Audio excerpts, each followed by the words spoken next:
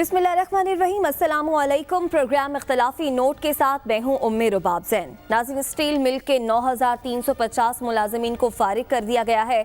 हुकूमत में आने से पहले तो पाकिस्तान तहरीक इंसाफ ने बहुत से वादे और दावे किए थे कि जनाब हमारे पास ये प्लान है, इस तरह से हम स्टील मिल को चला कर दिखाएंगे, लेकिन बदकिस्मती से ऐसा हो ना सका। इसकी क्या वजह बनी, इस पर बात करेंगे। लेकिन अब ये मामला सेनेट में पहुंच चुका है, जिस पर अरकान सेनेट ने हुकूमत से बहुत से सवालात भी किए हैं। उनके जवाब में हमाद अजहर क्या कह रहे हैं ये देखिए, फिर यहीं से गुफ्तगू का आगाज़ करते हैं। 2008-2009 में इनके दौर के बाद ये खसारे में चला गया और 2015 में इसको बंद कर दिया गया। वफाकी हुकूमत इस बंद इदारे को 5.5 साल से उन मुलाजमीन को तनख्वाहें दे रही है और 35 अरब रुपए की तनख्वाहें दे चुकी है। 20 अरब रुपए के रिटायरमेंट ड्यूज़ इकट्ठे कर चुकी है। 2008 से अब तक तकरीबन 90 अरब रुपए के बेल आउट्स दे चुकी है। जब हमारी हुकूमत आई तो 211 अरब रुपए का कर्जा इस पर इकट्ठा हो चुका था। 176 अरब रुपए के जब हमारी हुकूमत आई तो इसके ऊपर नुकसानात अक्यूमुलेट हो चुके थे और अब जो माजी की दोनों हुकूमतें थी ना वो इसको रिवाइव कर सकी ना वो इसको प्राइवेटाइज। तो ये आज का हुकूमती बयान है जो अदाद-ओ-शुमार हुकूमत बता रही है। जब ये अपोजिशन में थी इनके पास तब भी अदाद-ओ-शुमार थे, लेकिन उसके बावजूद उस वक्त की अपोजिशन क्या कहती थी, असद उमर और इमरान खान क्या कुछ कहा करते थे, वो देखिए। ये स्टील मिल हम कैसे ठीक करेंगे? मैनेजमेंट ला के, प्राइवेटाइज करके नहीं, मैनेजमेंट ठीक करके, और इसी नई मैनेजमेंट से ये स्टील मिल इंशाल्लाह फिर से नफा कमाएगी। मैं आपके साथ ये कर रहा हूं, अगर कल पाकिस्तान के अंदर तहरीक इंसाफ की हुकूमत होती है लेकिन खुदा ना खास्ता स्टील मिल के मजदूरों का उनका हक नहीं मिल रहा, मैं तहरीक इंसाफ की हुकूमत के साथ नहीं, मैं स्टील मिल के मजदूरों के साथ खड़ा हुआ नजर आऊंगा। अगर इस बात से मैंने पीछे हटने की कोशिश की तो कल आप ये दिखाकर मुझे शर्मिंदा कर सको, टीवी पर चलाओ, फेसबुक पर चलाओ, कैसा तुमने तो ये कहा था, वादा क्यों नहीं पूरा करते? तो हुकूमत के कल के राज के बयान में इतना फ़र्क क्यों है, इसी सारी सूरत पर बात करेंगे। साद रसूल हमें स्काइप पर ज्वाइन करेंगे। हबीब साहब, ये जो ताज़ा यूटर्न लिए हुकूमत ने, पहले कुछ कहा करती थी असद उमर साहब, इमरान खान साहब, अब हमाद अजहर साहब जो है वो एक अलग ही पिक्चर डिस्क्राइब कर रहे हैं। ये आप कौन से बयानी को सपोर्ट करेंगे? देखिए, अहम बात तो यह है कि पाकिस्तान तहरीक इंसाफ की खुशकिस्मती या बदकिस्मती ये कहें कि ये मीडिया के ऐसे दौर में पैदा हुई है जैसे ही कुछ कहती है वो रिकॉर्ड हो जाता है और बाद में फिर सुनाया भी जाता है, सोशल मीडिया पर घूमता भी है और फिर आप इसको चलाते भी हैं। तो लिहाजा इनका कहा हुआ माजी में जो कुछ भी था वो सबके सामने है। वरना हुकूमतें इससे पहले भी इसी किस्म की हरकतें किया करती थी जब सियासी जमातें अपोजिशन में होती थी, लेकिन उस ज़माने में चूँकि अखबारात थे तो अखबारात में आज की बात फिर कल तक अखबार पुराना हो जाता है और फिर उस तरह याददाश्तों का हिस्सा नहीं रहता। और फिर उस ज़माने में आप जैसे जर्नलिस्ट भी नहीं थे कि जो उस तरह चीज़ें निकाल के पुरानी चीज़ें याद दिलाते रहें, और फिर वो अखबार की वो बात भी नहीं बनती जब इसमें ख़ुद बंदा नज़र आता है कहता हुआ तो कुछ और उसका इम्पैक्ट होता है। तो लिहाजा मैं ये समझता हूँ कि इन्होंने माजी में जो कुछ कहा और बहुत कुछ अपोजिशन के में होना भी पड़ता है, तो मेरा ख्याल है कि उसकी बुनियाद तो सियासत थी और वो उस वक्त भी जानने वाले कह रहे थे कि ये लोग गलत कह रहे हैं, इन्हें मामलात का पूरी तरह अंदाज़ा नहीं है। लेकिन अब जो हुकूमत में आने के बाद मैं ये समझता हूँ कि ये बिल्कुल कोर्स करेक्शन है, अपना रास्ता दुरुस्त करने वाली बात है।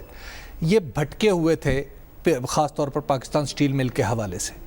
तो अगर पाकिस्तान तहरीक इंसाफ ने अपने उस बयानिए को जो कि गलत था उसको छोड़कर मुदल्लल और दलील की बुनियाद पर कोई बयानिया इख्तियार किया है कि पाकिस्तान स्टील मिल से जान छुड़ाने की कोशिश करनी चाहिए और हम कर रहे हैं, और जैसे अभी आपने हमाद अजहर की बात सुनाई कि हमाद अजहर जो सेनेट में बयान दे रहे हैं, तो मेरे ख्याल में यही रास्ता है दुरुस्त। हुकूमत में आकर फैसले सियासत की बुनियाद पर नहीं होते, मेरिट की बुनियाद पर होते हैं। अपोजिशन में रहते हुए आपने वोट लेने होते हैं, हुकूमत में आकर आपने मुल्क चलाना होता है। अगर आपने पाकिस्तान स्टील मिल को मौजूदा शक्ल में अपने साथ रखना है तो दरअसल आप पाकिस्तान का, इस रियासत का और इस रियासत के शहरियों का, यानी मेरा, आपका, हम सब का, 22 करोड़ अवाम का हक जो है वो दरअसल आप पूरी तरह अदा नहीं कर रहे, क्योंकि आप पूरी तरह काम नहीं कर रहे। जहाँ तक अभी जो हमाद अजहर साहब कह रहे थे कि पुरानी हुकूमतों में इसका लॉस हुआ है, तो यस, یہ بالکل ایسا ہی ہے. یعنی یہ مبنی بر حق بات ہے. حماد اظہر صاحب کو نے جو کچھ کہا, یہ ڈیٹا میرے ہاتھ میں ہے, آپ دیکھیے اس کو پڑھ کے آپ روتے ہیں. اس کی وجہ یہ ہے کہ 2007-8 میں یہ مل 2 ارب روپے منافع کما رہی تھی. اچھا. اور اس کے پاس ایکومولیٹڈ پروفٹ کتنا تھا؟ 9 ارب روپے. 9.5 ارب روپے اس کے بینک اکاؤنٹ میں پڑے ہوئے تھے جو اس نے پچھلے سالوں میں پروفٹ بنایا تھا. لیکن 2008 اور 9 یہ وہ تاریخی موقع ہے جب یعنی آپ اس کو اب تاریخی کہیں یا جیسا بھی کہیں کہ پاکستان پیپلز پارٹی اقتدار میں آ گئی. اور پہلے سال میں ایسا نہیں ہوا کہ 2 ارب کا لاس جو تھا, 2 ارب کا منافع تھا تو 1 ارب کا لاس ہو گیا. ایسا نہیں ہوا یہ کہ 26 ارب روپے کا لاس ہو گیا ایک سال میں. 26 ارب روپے کا 26 ارب روپے کا ایک سال میں لاس ہو گیا, اور اس کے ساتھ 16 ارب روپے کے جو ایکومولیٹڈ لاسز تھے وہ بھی اکٹھے کر لیے گئے. یعنی اس سال میں مجموعی طور پر اگر آپ دیکھیں تو یہ 42 ارب روپیہ بنتا ہے, جو دراصل ہم نے جھونک دیا پاکستان سٹیل کے اندر. اور اس کی وجہ کیا تھی کہ حکومتوں کے اندر ایسے ادارے ہونے ہی نہیں چاہیے.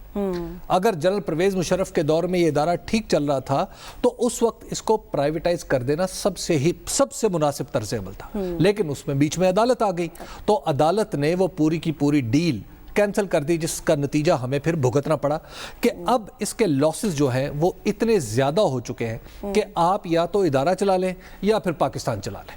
بالکل. اور اب جب ان سٹیل ملز کے لوگوں کو نکالا جا رہا ہے تو جو ان کے کانٹریکٹس ہیں اس کے مطابق ان کو بہترین جو بھی ان کا حق بنتا ہے, ان کا سیورنس پیکج جو بنتا ہے کہ جو نوکریاں ان کی ختم ہو رہی ہیں, تو ان کو کانٹریکٹ کے مطابق نہ صرف پورا حق دینا چاہیے بلکہ اس سے کچھ زیادہ دینا چاہیے. شہباز گل کہتے ہیں 3 سال کی تنخواہ دیکھیے جو بھی کانٹریکٹ کے مطابق ہو اس سے زیادہ دے, ٹھیک ہے, تاکہ یہ لوگ جا کر اپنا کام کر سکیں. یہ انہوں نے بند نہیں کی مل ہماری نالائکیوں کی, ہماری اجتماعی اور حکومتی نالائکیوں کی وجہ سے مل بند ہوئی ہے. تو لہٰذا بہترین طریقہ یہ ہے کہ آپ ان کو نکال دیں. اور میری ان سے بھی درخواست ہے جو ہمارے 9000 بھائی بے روزگار ہو رہے ہیں کہ آپ کو ایک مناسب پیکج کے ساتھ رخصت کیا جا رہا ہے. صحیح. آپ 22 کروڑ عوام پر بوجھ نہ بنے.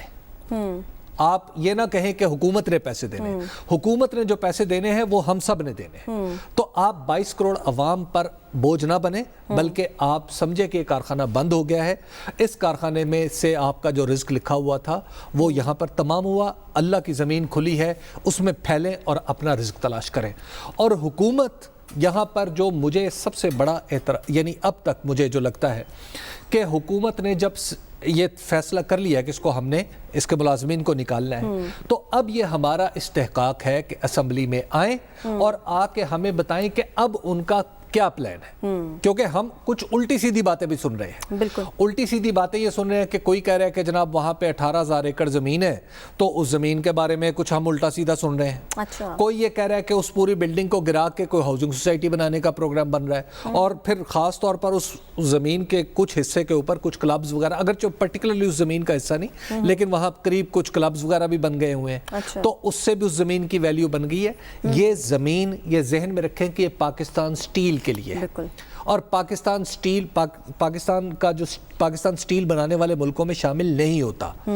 ہم اس ایلیٹ کلب کا حصہ بننا چاہتے ہیں جس کے لیے ذوالفقار علی بھٹو شہید نے یہ مل لگائی تھی, اور اس مل کو چلانے کا راستہ ڈھونڈے. لیکن چلانے کا راستہ وہ نہیں ہے جو عمران خان صاحب کہہ رہے ہیں کہ ہم مینجمنٹ تبدیل کر کے, نہیں, یہ پرائیویٹائز کر کے ہی اس میں اپنا حصہ رکھیں, 40% 50% اپنا حصہ رکھیں, لیکن پرائیویٹ سیکٹر کے لیے چلائیں. ٹھیک ہے. سعد, آپ حبیب صاحب کے موقف سے کیا اتفاق کرتے ہیں؟ تحریک انصاف پہلے تو تیار تھی حکومت میں آنے سے پہلے. عمران خان صاحب کہا کرتے تھے اسٹیل مل کے گیٹ پر کھڑے ہو کر کہ میرے پاس پوری ٹیم موجود ہے جو اسٹیل مل کو چلائے گی. کیا حقیقت کا ادراک اب ہوا ہے اور درست ہے یہ؟ میں حبیب صاحب کی بات سے تقریباً پوری طرح ایگری کرتا ہوں. صرف 2-3 باتیں جو حبیب صاحب نے اپنی سافٹنس کی وجہ سے سکپ کر دی, میں ان کی نشاندہی بھی کرنا چاہتا ہوں. سب سے پہلی بات تو یہ حبیب صاحب نے بالکل درست فرمائی کہ یہ ایک سیاسی بیان تھا. انفارچونیٹ بات ہے, ہماری تمام سیاسی پارٹیز اس طرح کے کام کرتی ہیں. آپ کو یاد ہی ہوگا اس طرح کے وعدے کہ 3 مہینے میں اگر بجلی کے لوڈ شیڈنگ نہ ختم ہوئی تو میرا نام فلاں رکھ دینا, اور اسی طرح کی پیپلز پارٹی کے وعدے. اور یہ انفارچونیٹلی پاکستان کے اندر سیاست کے جو ہمارے کلیمز الیکشن کے دوران یا الیکشن سے پہلے پارٹیز کرتی ہیں ان کا حقیقت سے بڑا کم تعلق ہوتا ہے، اور افسوس کے ساتھ پی ٹی آئی نے بھی اس معاملے میں، اسٹیل مل کے معاملے میں یہی کام کیا۔ حبیب صاحب نے عدالت کی نشاندہی کی، یہ بات بالکل درست ہے۔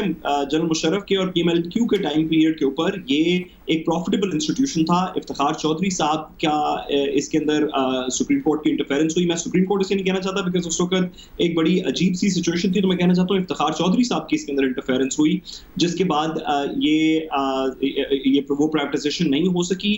حبیب صاحب نے 2-3 باتیں اور سکپ کر دی، میں وہ بھی واضح کرتا چلوں کہ 2007-8 کے بعد جو اصل میں بات کرنے والی ہے وہ یہ ہے کہ این آر او کے بعد جو گورنمنٹ آئی اس نے پہلے سال کے اندر ایک پروفٹ میکنگ انسٹیٹیوشن کو جو کہ اسٹیٹ کا ایک بڑا اثاثہ تھا اس کو بالکل ختم کر دیا۔ جو لوگ اسٹیل مل کے انچارج رہے، حبیب صاحب آپ کو یہ بھی نہیں بتا رہے انفارچونیٹلی، وہ آج بھی ہماری سینٹ جہاں پہ حماد اظہر صاحب آج جا کے یہ تقریر کر رہے تھے یا یہ بتا رہے تھے، نشاندہی کر رہے تھے، وہ آج بھی وہاں پہ عہدیدار ہیں سینٹ میں، صرف ممبرز نہیں ہیں، عہدیدار ہیں۔ مانوی والا صاحب کو اور دیگر لوگوں کو پوچھنا چاہیے کہ اسٹیل مل کے ساتھ کیا ہوا۔ 2015 کے اندر ایفیکٹولی جب یہ اسٹیل مل بند ہوئی تو پچھلے اتنے عرصے سے، پچھلے 5 سال سے نہ صرف یہ اسٹیل مل بند ہے اور ہم ان کے ملازمین کی تنخواہیں دے رہے ہیں۔ میں حبیب صاحب کی تھوڑی سی نشاندہی اس پہ اور کرنا چاہتا ہوں کہ کیونکہ حبیب صاحب اس بارے میں بہت زیادہ بات کرتے ہیں اور درست بات کرتے ہیں کہ ہماری پی ٹی آئی کی گورنمنٹ کو بزنس نہ چلانا آتا ہے، نہ بزنس سمجھ ہے، جس وجہ سے بہت سے مسائل پیدا ہو رہے ہیں۔ تو میں واضح کرنا چاہتا ہوں کہ وہ لوگ جن کو بزنس چلانا آتا تھا، جن کے اپنے اثاثہ جات اسی ٹائم پیریڈ کے اندر 9000% انکریز ہو گئے، خواہ پیپلز پارٹی کے کچھ لوگ ہوں فیک اکاؤنٹس کے اندر یا پیناما کے دیگر جی آئی ٹیز کے اندر ہم نے دیکھا ہو، وہ بزنس مین جو بزنس مین ہیں، جن کو بزنس چلانا آتا تھا، جن کے اپنے اثاثہ جات 9000% انکریز ہو گئے اس پیریڈ میں، انہوں نے اس اسٹیل مل کو بینکرپٹ کر دیا حبیب صاحب۔ تو یہ صرف اس کی جو میتھڈالوجی ہے، اس کا جو بلیم ہے، وہ کریکٹ جگہ کے اوپر ریسٹ کرنا چاہیے۔ پی ٹی آئی اپنے وعدے پورے نہیں کر سکے گی، میرا نہیں خیال کہ اسٹیل مل کے وعدے پورے کر سکے گی، لیکن اللہ کرے کہ آئندہ جو بھی رد عمل ہو اپنے وعدوں سے برخلاف بھی ہو تو کم از کم وہ ہمارے نیشنل ایکسچیکر پہ اس طرح کا بوجھ نہ ہو۔ صحیح۔ اچھا حبیب صاحب، مطلب تحریک انصاف بے شک اب اگر درست فیصلہ بھی کرنے جا رہی ہے لیکن اپوزیشن کو بولنے کا موقع تو دے دیا۔ یہی جب اپوزیشن میں تھے جو باتیں کیا کرتے تھے، اب اپوزیشن میں موجود جماعتیں ان سے سوال کر رہی ہیں کہ جناب آپ نے تو نوکریاں دینی تھیں، آپ تو نوکریاں عوام سے چھین رہے ہیں، تو پولیٹیکل لاس ہوا ہے تحریک انصاف کو، ہوگا اس سے؟ اپوزیشن کی بھی دیدہ دلیری پہ حیران ہوں، اور میں سمجھتا ہوں کہ اگر سٹیل مل کی تباہی میں، سٹیل مل کا بنانے میں ایک شخص کا کردار اور ایک پارٹی کا کردار ہے، وہ ہے پاکستان پیپلز پارٹی، اور سٹیل مل کی تباہی میں 2 بندوں کا کردار، 2 پارٹیوں کا کردار ہے۔ ایک کا نام ہے پاکستان پیپلز پارٹی، ایک کا نام ہے ایم کیو ایم۔ ان دونوں پارٹیوں نے مکمل طور پر سٹیل مل کو تباہ کیا، اور تباہ کیسے کیا کہ 2009 میں، سعد رسول صاحب اب میں نام لے لے کے بات کر رہا ہوں، 2008 اور 9 میں کیا ہوا کہ پوری دنیا میں آئرن اور کی اور لوہے کی را مٹیریلز کی قیمتیں نیچے آ گئی۔ ایسا موقع آتا ہے جب سٹیل مل جو ہے، اگر اس نے پہلے کے سودے کیے ہوتے ہیں، فارورڈ سودے جنہیں کہتے ہیں، وہ اگر کیے ہوتے ہیں تو آپ اس پہ ری نیگوشیٹ کرتے ہیں کہ بھئی میں نے 4 روپے کی چیز خریدی تھی، اب اس کا ریٹ 1 روپے ہے، تو چلو ہم 1.25 روپے پہ سودا کر لیتے ہیں، اور آگے کیونکہ سٹیل کی پرائس بھی گر گئی۔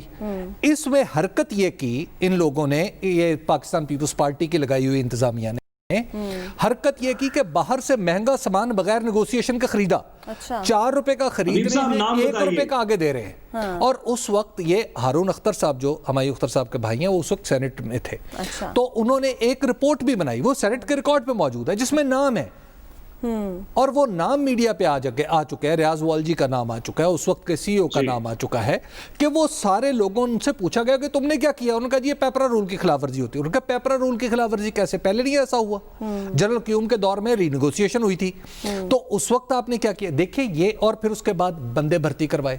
فاروق ستار صاحب اب ایم کیو ایم سے علیحدہ ہو چکے ہیں، یہ میرے ذاتی علم میں ہے کہ فاروق ستار جاتے تھے اور بندے بھرتی کرواتے رہتے، اور یہاں پہ پرچیاں چلتی تھیں، یعنی پاکستان پیپلز پارٹی کی کہ فلاں بندے بھرتی کر لو۔ پاکستان پیپلز پارٹی میں ایک خاتون ہے بڑی نمایاں، سندھ حکومت کا بھی حصہ ہیں، ان کے والد صاحب ہوا کرتے تھے وہاں پر پاکستان سٹیل کے چیئرمین، اور اس زمانے میں سکریپ کی پرچیاں صحافیوں کو ملتی رہی ہیں، उम्मे रुबाब जो लोग पाकिस्तान स्टील मिल को कवर करते थे और जो जिनको नवाजना होता था हुकूमत ने, वहाँ जाते थे या स्क्रैप की पर्ची ले लेते थे या माल की पर्ची ले लेते थे। अच्छा। और कराची में बाजार में आके वो पर्ची हाथों हाथ बिक जाती थी। जब आपने स्टील मिल को आपने यानी जुल्फकार अली भुट्टो शहीद की स्टील मिल लगाई, स्टील मिल को आपने इस तरह बर्बाद किया था, तो अब आप किस मुंह से कहते हैं कि स्टील मिल जो है उसकी प्राइवेटाइजेशन नहीं होने देंगे? और फिर उसके बाद आ जाए जो हमारी बिजनेस गवर्नमेंट जिसके बारे में आप कह रहे हैं, PMLN आप कहना चाह रहे हैं ना, PMLN के दौर में 1997 से 1999 तक जो इसकी गवर्नमेंट थी, चीन ने कहा हम पैसा लगा लेते हैं, हम इसको ठीक कर लेते हैं। पता नहीं कहाँ पे बात चली गई, बीच में खुर्द बुर्द हो गई। 2003 में जनरल परवेज मुशर्रफ साहब वहाँ पे गए रूस में, रूस वालों ने कहा कि हम इसको रिवाइटलाइज कर देते हैं, इसकी रिवैम्पिंग करते हैं, इसको 1 मिलियन टन की बजाय 3 मिलियन टन तक ले जाते हैं, हम पैसा लगाते हैं। वो बात भी कहीं गतरबूद होगी, इधर उधर होगी। उसके बाद सुप्रीम कोर्ट आ गई, और सुप्रीम कोर्ट में आप खाली क्यों कह रहे हैं कि चीफ जस्टिस इफ्तिखार चौधरी साहब, आज भी उनमें से उस बेंच का नाम पढ़े तो उसमें बहुत सारे लोग आज भी अहम ओहदों पे हैं, उसके दरमियान में भी रहे। उसका एक रुकन आपको पता है ना, आज भी एक अहम ओहदे पे है पाकिस्तान में, जिन्होंने ये फैसले किए थे। और वो फैसला क्या था, फैसला पढ़ के मुझे समझ नहीं आता कि वो इस्तदलाल क्या है।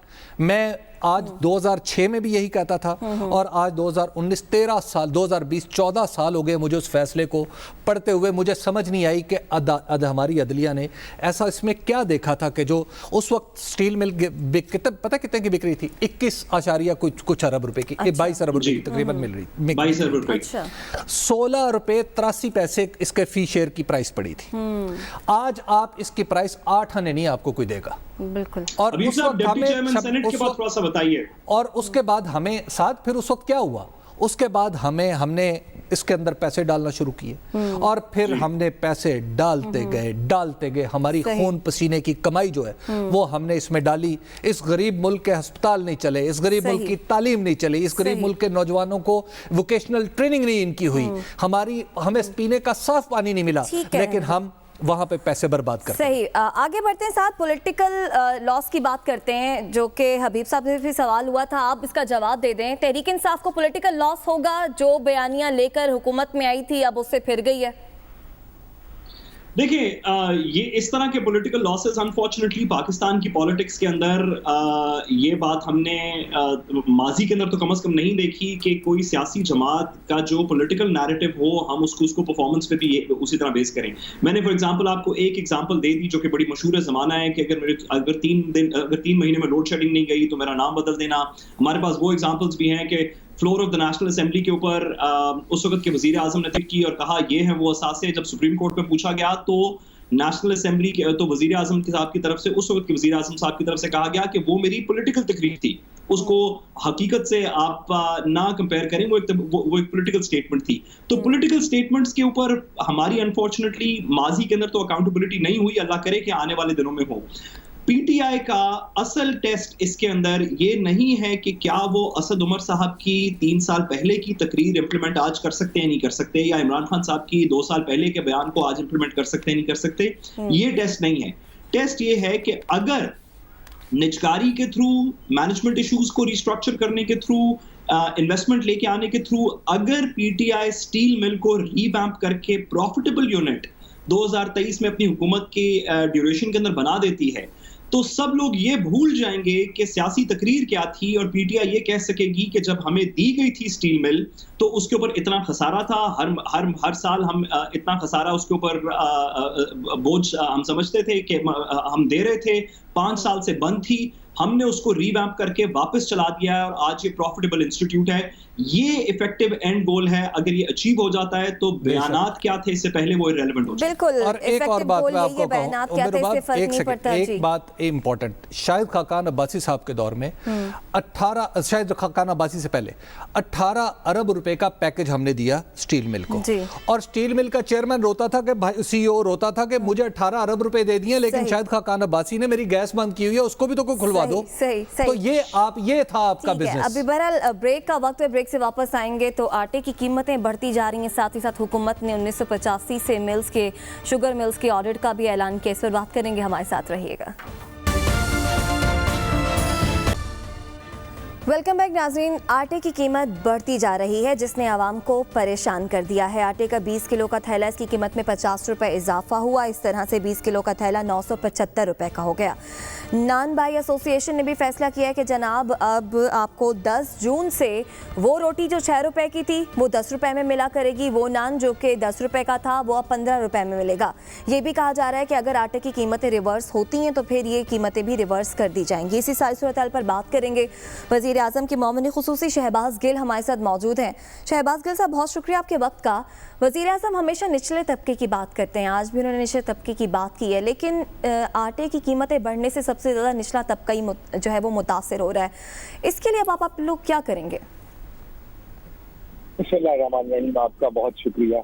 देखिए जी, मसला ये है कि जो कोरोना की वबा है, इस वबा की वजह से पूरी दुनिया में जो है वो गुर्बत की शरह जो है वो भी बढ़ी है और अक्सर चीज़ों के रेट भी बढ़े हैं। उसकी वजह आपके सामने, तरसील के निज़ाम खराब हो रहे हैं, दुकानें बंद रही, बाजार बंद रहे, डिफरेंट जो लेबर थी वो मौजूद नहीं थी। तो बहुत सारे फैक्टर्स मिलके पूरी दुनिया में जो डिफरेंट प्रोडक्ट्स हैं उनकी कीमतें जो हैं उनमें बढ़ोतरी हमें नजर आ रही है कुछ जगहों पर। हमारे यहाँ वैसे ही आपको पता है रिवाज है, पहले भी रमजान हो या कोई भी, जब भी आवाम को जरूरत होती है या किसी चीज की जरा सी किल्लत भी होती है तो फौरी तौर पर उससे नाजायज मुनाफाखोर आ जाते हैं। इसके ऊपर जो पंजाब गवर्नमेंट है उसने बहुत अच्छा काम किया। आपके सामने उनका जो टारगेट था उससे भी तकरीबन थोड़ी ज्यादा गंदम वो खरीद चुके हैं अभी तक, और इस दफा हमारे पास सैटिस्फैक्टरी रिजर्व है। लेकिन डॉक्टर साहब, यहाँ पर एक सवाल उठ रहा है जो बिजनेसमैन बात कर रहे हैं कि दरअसल मार्केट में सप्लाई जो थी गंदम की वो कांस्टेंट रहती तो ठीक था, लेकिन जब हुकूमत आई डंडे सोटे लेके बीच में कि जनाब 1000 बोरी पकड़ लो, 500 बोरी पकड़ लो, सप्लाई रुक गई, गंदम लोगों ने अपने घरों में रख ली या छुपा ली, मार्केट में आने से गुरेज करने लगे, उसकी वजह से मार्केट में परेशानी पैदा हो गई और गंदम की कीमत ऊपर चली गई। मिसमैनेजमेंट। बिल्कुल जी अबीर साहब, ये बिल्कुल एक आर्गुमेंट है, लेकिन मैं इस आर्गुमेंट का आपको काउंटर आर्गुमेंट देता हूँ। काउंटर आर्गुमेंट ये है कि आपको पता है कि इस दफा पूरी दुनिया में गंदम का रेट थोड़ा सा ज्यादा, स्लाइटली ज्यादा, कुछ ज्यादा नहीं लेकिन थोड़ा सा ज्यादा है। और अगर इस गंदम को हम फौरी तौर पर ना खरीदते तो फॉर एग्जाम्पल बहावलपुर और इस एरिया में बहुत सारे काबुल से बायर जो थे, उनके जो ऑफ कोर्स यहाँ पर लोग होते हैं जिनके लिए बाय करते हैं, वो बैठ गए थे और आवाम से लेना शुरू हो गए थे। अब अगर हम सस्ती करके गंदम ना खरीदते तो अभी तो अगर आप कोई छोटी मोटी प्राइस में हाइक देख रहे हैं तो हो सकता है ये प्राइस डबल ट्रिपल पे पहुंचती लेटर ऑन अगर हमारे पास रिजर्व ना होते। और उस टाइम हमें ये कहा जाता है कि जी गंदम जब आई थी तो आप सोए हुए थे, आपने क्यों नहीं खरीदी थी, आपके पास सरकार थी, आपके पास डिप्टी कमिश्नर था, आपको अपनी स्टेट मशीनरी यूज करके गंदम खरीदनी चाहिए थी। तो आवाम के लार्जर इंटरेस्ट में हमने आउट ऑफ द वे जाके इसके लिए फंड अरेंज किए फौरी तौर पर, और एक मुश्किल 10 साल की पिछली तारीख में, 10-12 साल में कभी इतनी गंदम नहीं खरीदी गई जितनी इस साल खरीदी गई है। तो हमने वो गंदम खरीदी। अब उस गंदम के ज़खायर जो है वाजे और भारी मकदार में गवर्नमेंट के पास मौजूद है, और इस वजह से सप्लाई और डिमांड इफेक्ट नहीं कर सकते ये कार्टेल, और की कीमत हम सारा साल जो है वो मुनासिब रख सकते हैं। जैसा मैंने आपकी खिदमत में अर्ज किया कि क्योंकि पूरी दुनिया में आप देखिए ना, जब गंदम थोड़ी महंगी होती है तो आटा थोड़ा। डॉक्टर साहब सवाल थोड़ा सा, आपने बिल्कुल दुरुस्त फरमाया कि नेचुरली जो लोग इसकी ज़ख़ीरा अंदोज़ी कर रहे थे, दीगर लोग उन लोगों के खिलाफ भी आपने कहा कार्रवाई होगी। इंटरनेशनल मार्केट्स भी इसके अंदर जो ओवरऑल प्राइस है वो भी मैटर करती है। सर सवाल ये है कि गंदम के इशू के अंदर भी और शुगर के इशू के अंदर भी आपकी हुकूमत ये भी कह रही है कि कुछ लोगों ने जो गलती की उनके खिलाफ सजाएं दी जाएंगी। आपकी हुकूमत कुछ निशानदेही भी कर रही है कि किन लोगों की वजह से किन टाइम पीरियड्स के अंदर प्राइसेस बढ़ी, लेकिन किसी स्ट्रक्चरल रिफॉर्म की बात नहीं हो रही। इस चीज की निशानदेही कीजिएगा कि हमारे सिस्टम में जो गंदम की सप्लाई का सिस्टम है काश्तकार से एंड यूजर तक, उसके अंदर कौन सा आपने नुक्स देखा जिसको अब अगले आने वाले सालों में आप सिस्टमैटिकली ठीक कर रहे हैं, जो गलतियां आइंदा नहीं होंगी? देखिए 2-3 चीजें हैं बैरिस्टर साहब इसमें जो हमें देखनी पड़नी है। एक तो सबसे बड़ी चीज जो ये है कि बुनियादी तौर पर ये जो सिस्टम शुरू हुआ है जिसमें गवर्नमेंट खरीदती है और फिर सप्लाई करती है, ये बेहतर सिस्टम नहीं है। डिमांड एंड सप्लाई मार्केट में ओपन कर देनी चाहिए, और जब डिमांड अपनी मार्केट फोर्सेस को ओपन कर देना चाहिए और उनको डिमांड एंड सप्लाई में चलना चाहिए। लेकिन having said that, ये आइडियल सिचुएशन है। जब हम दूसरी तरफ देखते हैं, जब हमें ये नजर आता है कि हमारे मुल्क में 24.9% लोग एक्सट्रीम गुर्बत से नीचे रहते हैं, तो फिर हम ये आइडियल सोल्यूशन नहीं लेते और हम प्रोटेक्ट करने की कोशिश करते हैं गंदम की प्राइस को भी, और दूसरी तरफ हम अपने किसान को भी प्रोटेक्ट करने की कोशिश करते हैं जो बिल्कुल छोटा किसान है। अब क्योंकि हम आइडियल सिचुएशन से डिपार्चर ले लेते हैं, हबीब साहब इस बात को मेरी को समझ पाएंगे जो मैं कह रहा हूँ, जब आप आइडियल जो होना चाहिए, जो असल में जो, क्योंकि ये हमेशा बात करते हैं हबीब साहब भी, जब भी बात होती है कि जो फोर्सेज है मार्केट की उनको आजाद होना चाहिए, तो जब हम उस सिनेरियो से डिपार्चर लेते हैं और हम उसको उसमें आर्टिफिशियल हम इन्वॉल्वमेंट करते हैं, उसको हम मनूवर करने की कोशिश करते हैं, रिसर्च की जुबान में कंट्रोल वेरिएबल उसमें डाल देते हैं हम, तो उसमें फिर ये होता है कि उसमें ये तो मार्केट के अंदर जाहिर है आपकी बात ट्रू है कि मार्केट के अंदर जब आ गया है, हुकूमत आ गई है, तो जाहिर है उसमें कुछ ना कुछ मार्केट में फ्लॉ पैदा हो जाएगा। उसमें हुकूमत का मजबूरन इसलिए आना पड़ता है बदकिस्मती से कि आपने अपना जो देखिए ना, अमेरिका में तो जो हमारा मुतवस्सित तबका है वो तबका अमेरिका में मौजूद नहीं है, वो तबका बहुत सारे दूसरे देखो वो बेस्ट प्राइस डिस्कवरी के लिए मार्केट हमारी मौजूद नहीं है गंदम की, ये आई एग्री विद यू। मैं आपसे एक अगला सवाल पूछना चाहता हूँ, वो आपने गालिब का शेर सुना होगा कि जला है जिस्म जहाँ दिल भी जल गया होगा, कुरेदते हो अब राख जुस्तजू क्या है। आपकी जो शुगर कमेटी की रिपोर्ट थी उसमें जहांगीर खान तरीन का भी पत्ता कट गया, शरीफ खानदान पे भी मुनासिब साहब ने बोझ डाल दिया। आप ये बताएं कि अब मजीद इसमें से क्या निकालना है कि 1985 से शुरू हो जाए, आप इस बिजनेस को तो चलने दें। नहीं, मैं आपको एक बात बताता हूँ। देखिए, अभी बात ये है कि जो एक फिजिक्स का लॉ है कि आप एनर्जी को डिस्ट्रॉय नहीं कर सकते। मैं फिजिक्स का माहिर नहीं हूँ, अगर मैं ये गलत कह रहा हूँ तो मैं मादरत चाहूंगा एडवांस में। जितनी फिजिक्स मैंने पढ़ी इसका आगे मतलब नहीं कि मैं दुरुस्त हूँ हर सूरत इससे, तो जो मेरी समझ में आया कि आप एनर्जी को डिस्ट्रॉय नहीं कर सकते, आप उसकी शेप चेंज कर सकते हैं। तो ये जो प्राइम मिनिस्टर ने एक हिस्टोरिक डिसीजन लिया और इसकी इन्वेस्टिगेशन कराई, अभी सरफेस पे शायद आप इसको इस तनाजर में देख रहे हो कि फलां का पत्ता कट गया, फलां के साथ ये हुआ, फलां के साथ, लेकिन यकीन रखिए ये एक एवोल्यूशन का प्रोसेस है, ये इर्तिका का अमल है, और इससे आज से 15 साल 10 साल बाद आपको बहुत सारी चीजें बेहतर होती नजर आएंगी। जैसे मीडिया की आजादी में जहां पर कुछ चीजों के नुकसान हुए होंगे सोसाइटी में, तो ज्यादातर चीजों के फायदे हुए। आप ही को हुआ सबसे बड़ा फायदा तो। ठीक है, बहुत शुक्रिया। शहबाज गिल साहब हमारे साथ मौजूद थे। अभी वक्त है ब्रेक का, ब्रेक से वापस आएंगे तो मजीद बात करेंगे, हमारे साथ रहिएगा।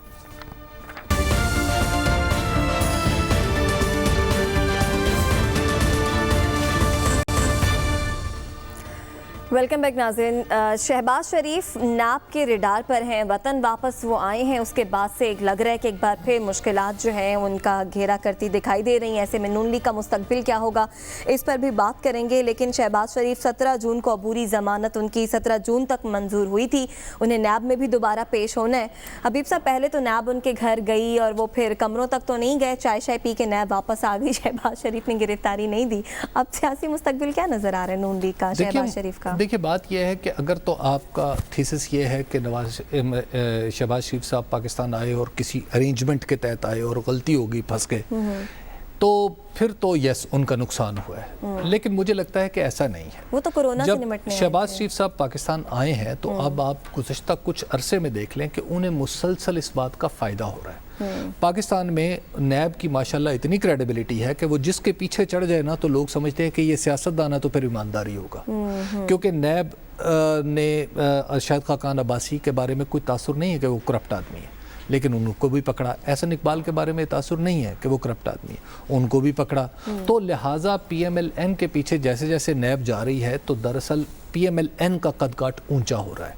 तो ये तो मुझे लगता है कि उस दिन मैं जिस दिन की आप बात कर रहे हैं कि शहबाज शरीफ को पकड़ने उनके घर मॉडल टाउन में थे, तो मैं भी वहीं था।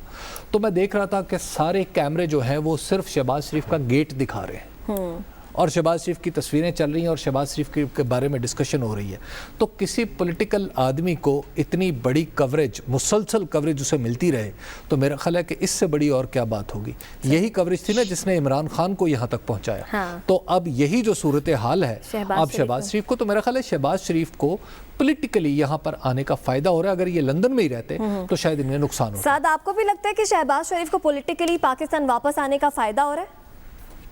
سب سے پہلی بات یہ ہے کہ میں حبیب صاحب کی بات سے تھوڑا سا انفارچونیٹلی ڈس ایگری کرتا ہوں۔ یہ وہ کوریج نہیں تھی حبیب صاحب جو عمران خان صاحب کو مل رہی تھی۔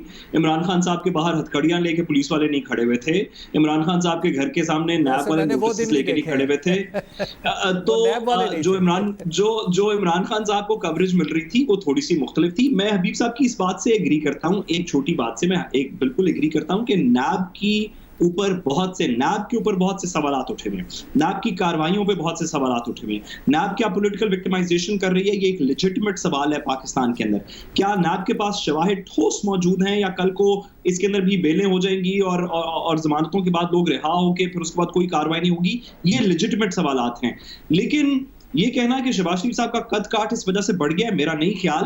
میں تو بلکہ اس کے اندر یہ کہنا چاہتا ہوں کہ تھوڑا سا اس بات پہ غور کریں کہ وہ شخص جو نواز شریف صاحب کا ضامن تھا کہ نواز شریف صاحب کو جب ہماری عدالتیں یا قانون کے ہمارے جو ادارے ہیں وہ جب نواز شریف صاحب کو چاہیں گے کہ نواز شریف صاحب واپس آ جائیں تو قانون کے اداروں کے سامنے نواز شریف صاحب کے ضامن شہباز شریف تھے، تو قانون کے اداروں کے سامنے تو شہباز شریف صاحب خود پیش نہیں ہو رہے، وہ بھاگ رہے ہیں۔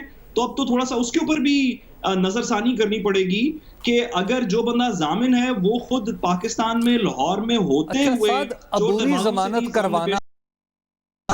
کروانا کیا بھاگنا ہے؟ نہیں حبیب صاحب، یہ بات دیکھیں، اس کے اندر قانون ٹھیک رکھیں۔ عبوری ضمانت کرانا بھاگنا نہیں ہے، لیکن جب آپ کو زیر حراست لینے کے لیے پولیس والے آ جائیں اور اس کے بعد آپ بھاگ کے کہیں پہلے سیاسی قد کاٹ میں اضافہ نہیں ہوا۔ بہرحال پروگرام سے اجازت دیجیے، کل آپ سے ملاقات ہوگی، تب تک کے لیے اللہ نے کے بعد۔